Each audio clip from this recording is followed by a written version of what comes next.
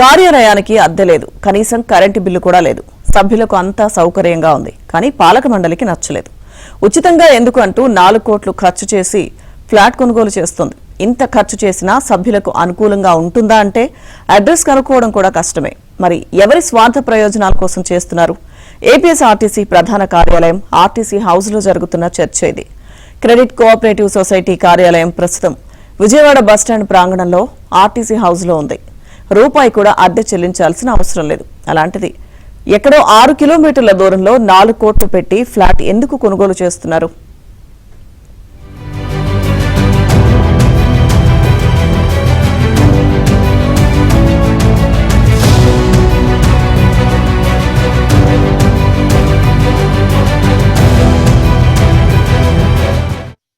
ఈ డబ్బు బ్యాంకులో వేసినా ప్రతి నెల 3 లక్షల దాకా వడ్డీ వస్తుంది. యాజమాన్యం ఉచితంగా ఇవ్వబోమని అంటే అదే ఆర్టీసీ హౌస్ లో ఇతర ఆఫీసులకు ఇచ్చినట్లు అద్దె లేదా లీజుకు తీసుకోవడానికి ఖాళీ ఉంది కదా. అక్కడ సీసీఎస్ ఆఫీస్ ఉంటే సభ్యులకు వచ్చి వెళ్లేందుకు ఎంతో సౌకర్యంగా ఉంటుంది. ఒకవేళ సొంత భవనం కావాలనుకుంటే విద్యాధరపురంలోని ఆర్టీసీ ఆసుపత్రి ప్రాంగణంలో గతంలో ఇచ్చిన 500 గజాల్లో నిర్మాణం చేపడితే బాగుంటుందని వినిపిస్తున్నాయి.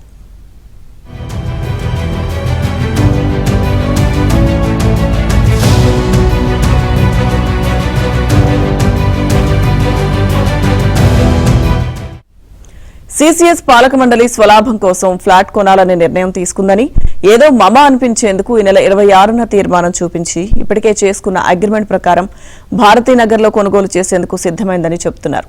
ఈ భవనం నిర్వహణతో పాటు విద్యుత్ బిల్లులు, ఇతరత్ర ఖర్చులు అన్నీ కలిపి నెలకు 2 లక్షలకు పైనే వస్తాయని చెబుతున్నారు. 4 కోట్ల రూపాయలకు వడ్డీ కోల్పోవడంతో పాటు ఏటా 25 లక్షల వరకు అదనపు భారం సీసీఎస్ పై పడుతుందని ఆర్టీసీ హౌస్ లో బహిరంగంగా ఆగ్రహం వ్యక్తం చేస్తున్నారు. ఏటా 1000 కోట్లు ఆర్జిస్తున్న సంస్థగా, ప్రయాణికుడి రూపాయికి లెక్క చెప్పే ఏకైక సంస్థగా ఆర్టీసీకి పేరుంది. కండక్టర్ వద్ద 2 అదనంగా ఉన్న ఉద్యోగం తొలగించేంత క్రమశిక్షణ చర్యలు ఇందులో ఉన్నాయి. ఇలాంటి సంస్థలో చిన్న కార్మికుడి నుంచి ఈడీ వరకు సొమ్ము పొదుపు చేసుకునేందుకు సీసీఎస్ ఏర్పాటైంది.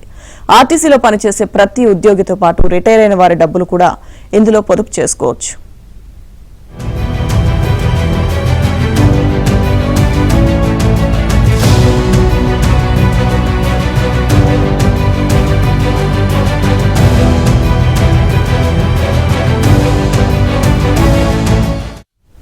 ప్రస్తుతం సీసీఎస్ లో ఉన్న 46,500 మంది సభ్యులకు 8.5 నుంచి 9.5% వరకు వడ్డీ చెల్లిస్తుంది. అవసరాల కోసం లోన్లు తీసుకునే ఉద్యోగుల నుంచి 11% వరకు వడ్డీ వసూలు చేస్తుంది. అలా వచ్చిన రూపాయిన్నర ఆదాయాన్ని రిటైర్డ్ ఉద్యోగులకు పింఛన్ రూపంలో, సిబ్బంది పిల్లలకు వృత్తి విద్యలో స్కాలర్షిప్లు, తదితర సంక్షేమ కార్యక్రమాలకు ఖర్చు చేస్తుంది. ఏటా 2,500 కోట్ల టర్నోవర్ కలిగిన సీసీఎస్ పాలక మండలికి 5 ఏళ్లకోసారి ఎన్నికలు జరుగుతాయి. 9 మంది డెలిగేట్స్ గా ఎన్నికవుతారు. చైర్మన్ గా ఆర్టీసీ ఎండీ వ్యవహరిస్తారు. ఆర్టీసీ సొమ్ములో ప్రతి రూపాయిని జాగ్రత్తగా కాపాడే ఎండీ సిబ్బంది కోసమే తాము పోరాటాలు చేస్తున్నామంటూ వినతులు, ప్రకటనలతో మభ్యపెట్టే యూనియన్ ప్రతినిధులు సీసీఎస్ పాలక మండలిలో ఉన్నారు.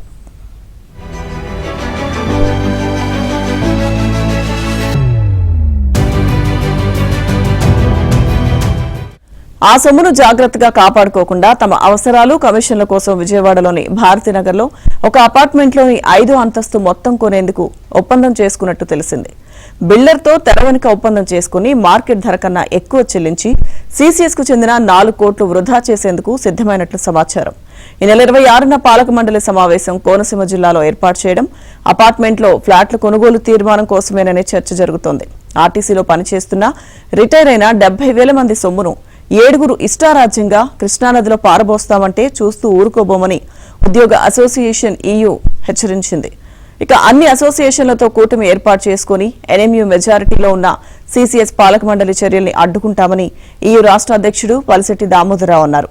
ఎవరి ప్రయోజనాలు, స్వలాభాల కోసం వేలాది మంది సొమ్ముతో గెస్ట్ హౌస్లు కొనుగోలు చేస్తున్నారని ప్రశ్నించారు.